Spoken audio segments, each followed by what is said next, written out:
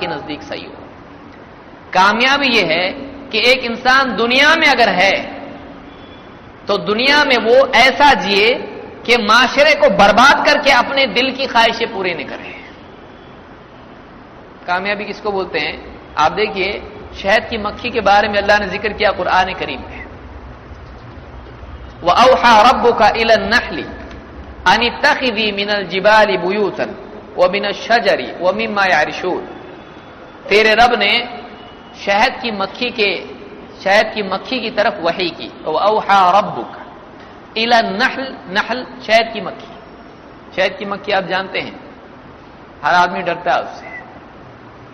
وَأَوْحَى رَبُّكَ إِلَى النَّحْلِ أَنِ اتَّخِذِي مِنَ الْجِبَالِ بُيُوتًا، کہ جا تو پہاڑوں میں اپنا گھر بنا، اور من الجبال بیوتن ومن الشجر، اور پیڑوں پر، ومما یعرشون، اور جہاں لوگ رہتے ہیں ان کی رہائش کے علاقوں میں جا اپنا گھر بنا، اللہ نے حکم دیا اس کو۔ ثم کلی من کل الثمرات فاسلکی سبل ربک ذللا، اور پھر جا تو ہر قسم کے پھلوں میں سے، پودوں میں سے تو اپنی غذا لے، اور اپنے رب کی طے شدہ تیرے لیے آسان کی ہوئی راہوں میں تو چلتی چلی جا۔ یخرج من بطون، اللہ تعالیٰ فرماتا ہے یخرج من بطونها شراب مختلف الوان، کہ اس کے پیٹ میں سے ایسی پینے کی چیز نکلتی ہے جس کے رنگ الگ الگ ہوتے ہیں۔ فیہ شفاء للناس، اس میں لوگوں کے لیے شفا ہے۔ ان فی ذلک لآیۃ لقوم یتفکرون، اس میں نشانی ہے ان لوگوں کے لیے جو غور و فکر کرتے ہیں۔ یہ سورہ النحل کی آیت نمبر 68-69 ہے۔ آپ ایک شہد کی مکھی کو دیکھیں، اس کا پروڈکشن کیا ہے؟ وہ پروڈکشن کمپنی ہے خود ایک، اور گروپ ایکٹیویٹی اس میں ہوتی ہے، کوئی آفس اس کا نہیں ہے لیکن کام برابر ہے اس کا۔ جا کے وہ یہاں وہاں سے چیزیں جمع کر کے لاتی ہے اور اپنا چھتا بناتی ہے موم کا۔ اس موم کے چھتے میں ایک مکھی انڈے دینے والی ہوتی ہے، ایک نگرانی کرنے والی، کچھ جا کے محنت کر کے شہد لانے والی ہوتی ہے، اور ساری مکھیاں شہد کی ملتی ہیں، اور ملنے کے بعد مل کے ایک چھتا بناتی ہیں اور ڈھونڈتی چلی جاتی ہے۔ اللہ نے اس کو بتایا کیسا ڈھونڈنا ہے۔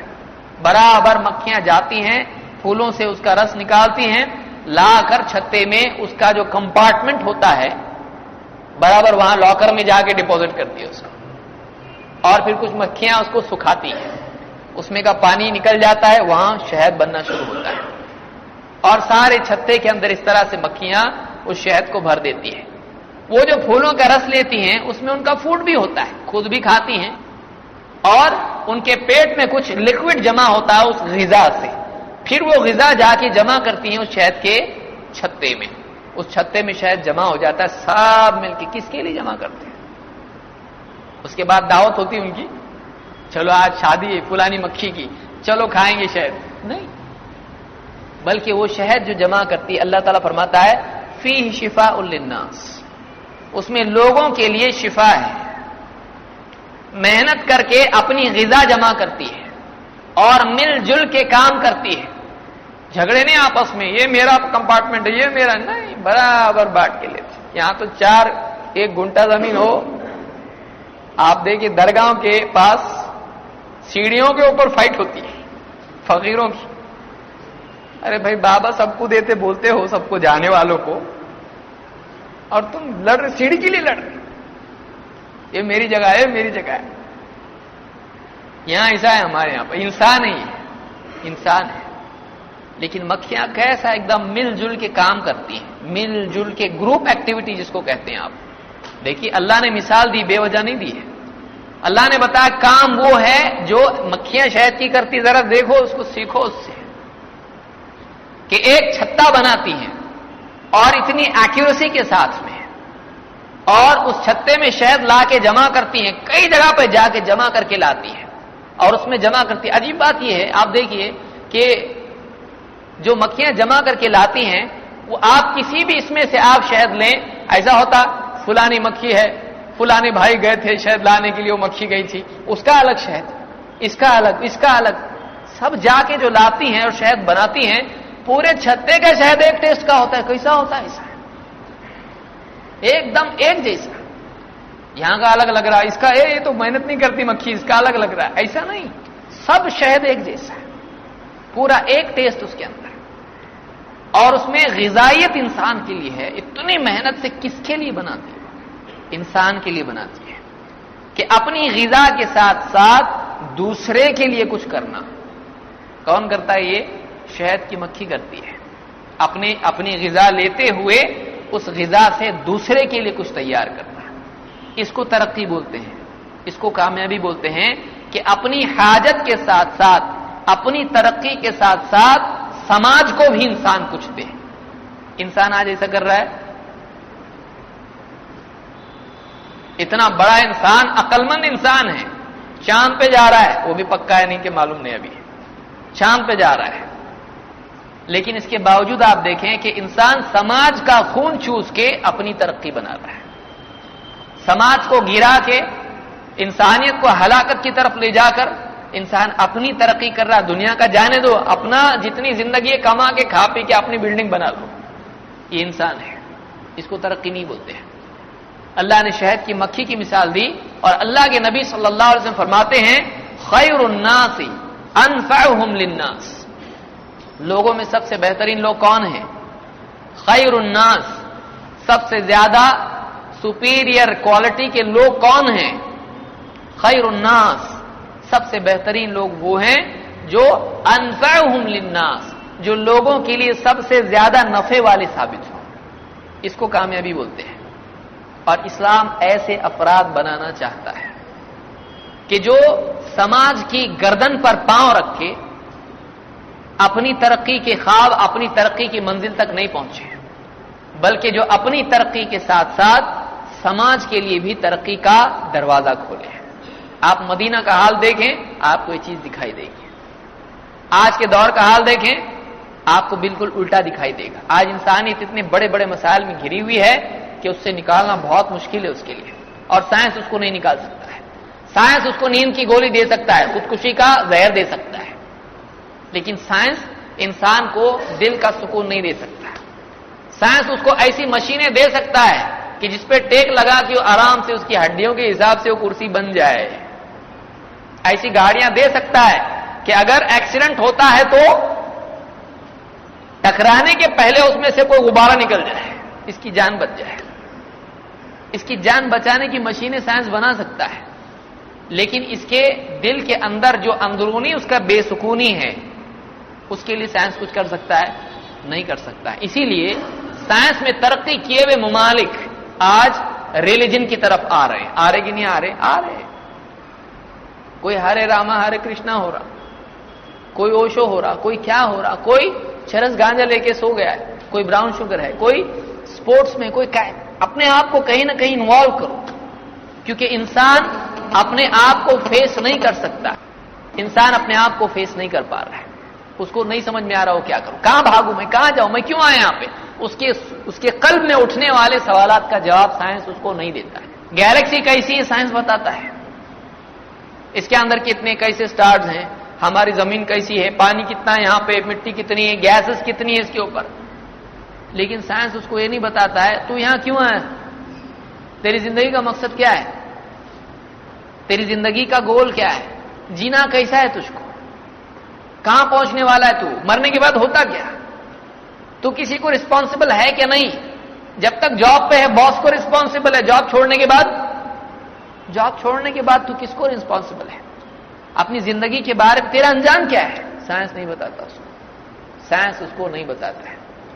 یہ جو سوالات ہیں یہ دین دیتا ہے انسان، ان کے جوابات اسلام اس کو دیتا ہے. عیسائیت کو آپ دیکھیں، عیسائیت کے عقائد فلسفے میں اتنے زیادہ کھوئے ہوئے ہیں کہ اچھوں کو بھی سمجھ میں نہیں آتے. 3 ایک ہے، 1 3 ہے. بچپن سے ہم 3 اور 1 الگ، 1 کے بعد 3 آتا، بیچ میں 2 رہتا اس کے.